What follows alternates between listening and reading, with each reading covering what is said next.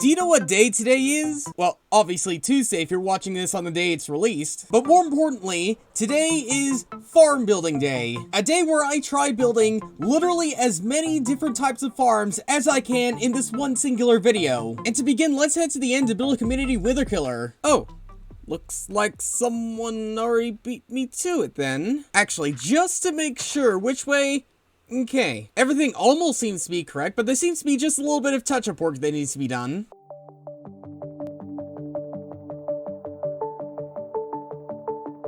And now that this thing is built up, it's time to test it. Right after we get the 3 wither skulls we need. But now that I have the skulls required, let's actually test this thing out. And if this wither somehow manages to get loose, then I'm just gonna say it right here, it's not my fault. Oh, okay. Okay, it's looking good. It's looking good.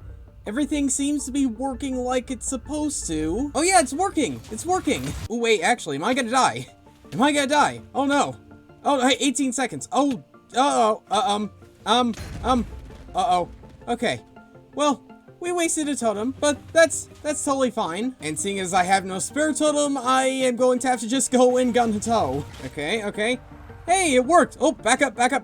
Don't want to be the blast zone in this thing. But apart from me getting withered at that one point, this was a massive success. But now on to the next farm. And what I have planned for this next farm is actually fairly clever. But first off, in between episodes, I've been getting a few more villagers here and there. But some are still disappearing somehow. But my plan above the village trader is to actually build a pretty decent sized melon and pumpkin farm right here, so that we can not only link up to the storage system over there, but also so we can have a few double chests over here with melons and pumpkins so we can actually trade with the villagers. And I decided to start off with the hard job in placing out all the pistons and observers. And now that that's done, every other thing we're going to do for this one farm should be relatively easy, such as placing down all the dirt, getting all the water in place, tilling all the ground needed for the plants, placing the seeds of said plants, rails, lots and lots of rails, and with just a little bit of redstone down here. And now the farm is completely and totally working. By the way, I might have made that look really quick, but it still took me over the course of a couple hours to build this. And from the looks of things, we're already making some pretty decent profits, but having them sit right here isn't going to do us any good. So let's hook this up to the storage system. Actually, where is the storage system? Like, it should just be around here, but I'm just not finding it. Oh,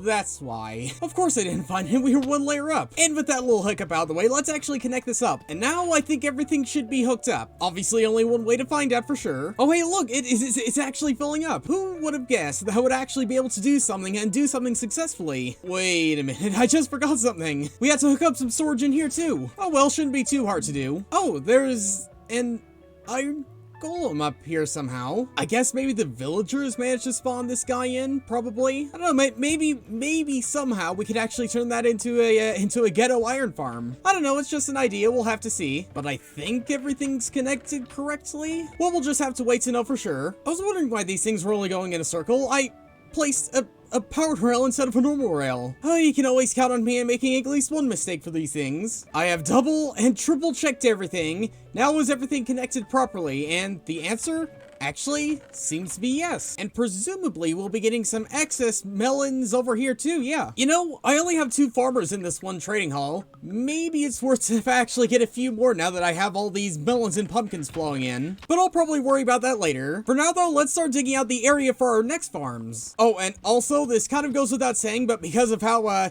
iffy villagers are right now, I don't plan on making any villager-related farms today. For today, though, we'll focus on replicating the room we had below. And now that we've done that, you might have noticed one key difference in that there is glass in the walls instead of clay. Well, that's because actually I want to have some sugarcane farms on either side of this one hallway. And yes, I know I could build like flying machine sugarcane farms or something like that, but at least right now I want something relatively simple. But to save me using tons and tons of pistons, what I'm actually going to be using is one singular piston and then lighting it up with slime blocks. At least that was the plan until I realized that we're working with 14 blocks here instead of 12. And I don't have any honey blocks to switch them out at all. Actually, I might have a solution for this. What if just in the center there was just 2 normal blocks? They wouldn't be able to stick to each other and we'd still be saving a whole bunch of pistons. And having done all that, now we can add in the sugarcane. Either I'm completely blind or I don't have a single piece of sugarcane anywhere in my storage. Well, I'm sure someone somewhere must have at least a little bit of sugarcane I could borrow. Well, from the looks of things, Evelyn has tons and tons of weed growing right here, but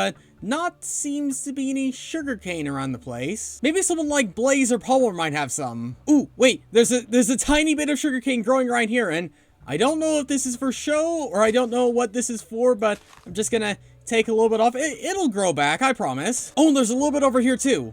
So I noticed a little something in the background, and apparently someone has built a certain something at spawn. And I will say, this build does give off the feeling of some strong, brave, and courageous people, so I think it fits perfectly for the cosmic spawn. Anyways, after going around other people's bases, I think I have all the sugarcane I need now. And looking at it now, I'm starting to think that it's not going to be the most efficient sugarcane farm in the world, but it'll at least be a way to automatically get at least some sugarcane. Next up, I think I want to build a cactus/bone meal farm. And if I'm honest, apart from maybe green dye, there really isn't much use for cactus. And now that I think about it, I'm considering also hooking up to maybe like an XP storage system or something like that. Well, here's me saying that cactus doesn't have much use when I'm listing off like 3 separate different uses for it. I think I'm starting to understand why I'm only building small to medium-sized farms today. Because mining out and decorating this entire deep slate area took about 2 hours to do. I don't know, maybe when we get to the stone layer, we'll make some slightly bigger farms. For now though, it's all about having fun, placing in all this cactus. And can you tell how much fun I'm having so far building up this thing? Like seriously, when will getting yourself pricked to death ever be annoying? Almost as fun as listening to nails on a chalkboard. But just so I didn't overplay the fun, I decided to finish it up in this time lapse. Now that we have all the cactus in place, it's time to start hooking up the bone meal and XP stuff. Now theoretically, the bone mealing part shouldn't be too incredibly hard. Like seriously, it's just a hopper linked up to a composter. But the furnace XP thing, well, that's just playing in an entirely different ballpark. I have a general idea as to what this little part is going to work like, but not a full one. So we're either going to get something that's really smart or really not. I think in the end I'm just going to go with something in between. Because I guess in some ways you might see this as smart, but otherwise it might seem as just not lazy, but just, you know, the easy way out. Because all I'm gonna do is just line up a whole bunch of hoppers all over the place, which I'm sure will be, fine lag-wise in the end. But it is taxing up on all the iron I have right here. Well, at least I have plenty of raw iron to spare around the place. And while that's cooking, I might as well do a little bit of decoration. And here I thought I'd grab tinted glass. Wait, do I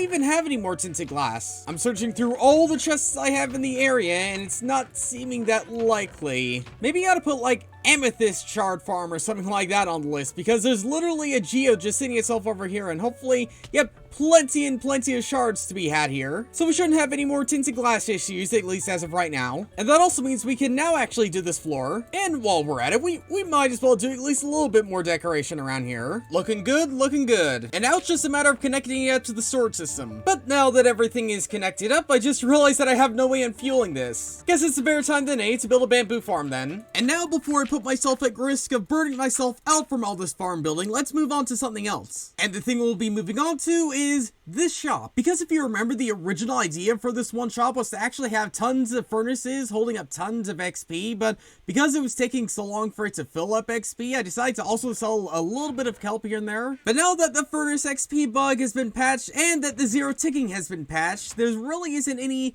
proper thing I could sell in this one shop now. But that's where all our fancy farms and villagers come into play now. Because if you remember, these types of villagers actually can sell bottles o' enchanting. Which means if we get enough of these bottle o' enchantings, then we might be able to revert back to our original idea for that one shop. It being obviously selling tons and tons of XP. And I have an idea for a piece of machinery I could build over there to actually automatically give people the XP. But I think for now, let's try and get literally as many bottles o' enchanting as we possibly can right now.